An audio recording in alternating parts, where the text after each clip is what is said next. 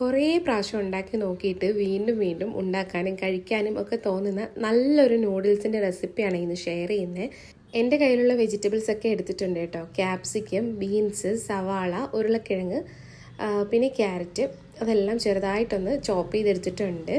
നിങ്ങൾക്ക് ഇഷ്ടമുള്ള വെജിറ്റബിൾസ് എല്ലാം എടുക്കാം കേട്ടോ. പിന്നെ ഒരു പാനിലേക്ക് കുറച്ച് എണ്ണ ഒഴിച്ചു കൊടുത്തിട്ട് സവാള ഒന്ന് വഴറ്റാൻ വേണ്ടി വെക്കുന്നുണ്ട്. കുറച്ച് ഉപ്പിടുകയാണെങ്കിൽ വേഗത്തിൽ വഴന്ന് കിട്ടുമേ. ഇനി ഇതിൻ്റെ ഒന്നിന് പിറകെ ഒന്നായിട്ട് വെജിറ്റബിൾസൊക്കെ ചേർത്ത് കൊടുക്കാം. വെജിറ്റബിൾസൊക്കെ നല്ല കുനുകുനാന്ന് ചോപ്പ് ചെയ്തെടുക്കണം കേട്ടോ.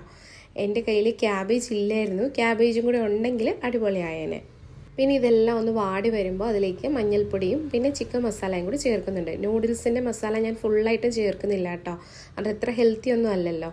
ഈ ഒരു രീതിയിൽ നൂഡിൽസ് ഉണ്ടാക്കുമ്പോൾ ഇവിടെ വീട്ടിലെല്ലാവർക്കും നല്ല ഇഷ്ടമാണ് കേട്ടോ. ഇവിടെ എല്ലാവരും യിപ്പിയുടെ ഫാൻസ് ആട്ടോ. മാഗിയിലും കുറച്ചും കൂടി എനിക്ക് നല്ലതായിട്ട് തോന്നിയത് യിപ്പിയാണ്. പിന്നെ ഞാൻ ഈ ഒരു യിപ്പിയുടെ ഒരു പാക്കറ്റ് മസാല ഫുള്ളായിട്ട് ചേർക്കുന്നുണ്ട് കേട്ടോ. 2 പീസാണ് എടുത്തിട്ടുള്ളത്. ഇനി ഇത് നന്നായിട്ടൊന്ന് വഴറ്റിയ ശേഷം അതിലേക്ക് നല്ല തിളച്ച വെള്ളം ഒഴിച്ചു കൊടുക്കുകയാണ്. തിളച്ച വെള്ളം തന്നെ ഒഴിക്കാനായിട്ട് ശ്രദ്ധിക്കണേ. പിന്നെ നൂഡിൽസ് ഇതുപോലെ ഒന്ന് പൊടിച്ചിട്ട് അതിലേക്ക് ചേർത്ത് കൊടുക്കുന്നുണ്ട്. പിന്നെ വെള്ളം വേണമെങ്കിൽ ആവശ്യമാണെങ്കിൽ ചേർത്ത് കൊടുത്താൽ മതി കേട്ടോ. കുറച്ചായിട്ട് ചേർത്ത് കൊടുത്താൽ മതി.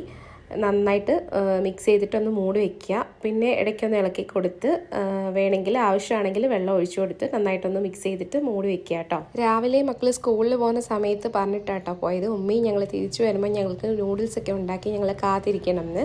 അവർക്ക് ഇങ്ങനെ വെജിറ്റബിൾസ് ഒക്കെ ഇട്ട് ഉണ്ടാക്കുന്നത് നല്ല ഇഷ്ടമാണ്. പക്ഷേ ഞാൻ അങ്ങനെ എപ്പോഴും ഒന്നും ഉണ്ടാക്കി കൊടുക്കാറില്ല. നൂഡിൽസ് അത്ര നല്ല സാധനമല്ലെന്ന് നമുക്ക് എല്ലാവർക്കും അറിയാം.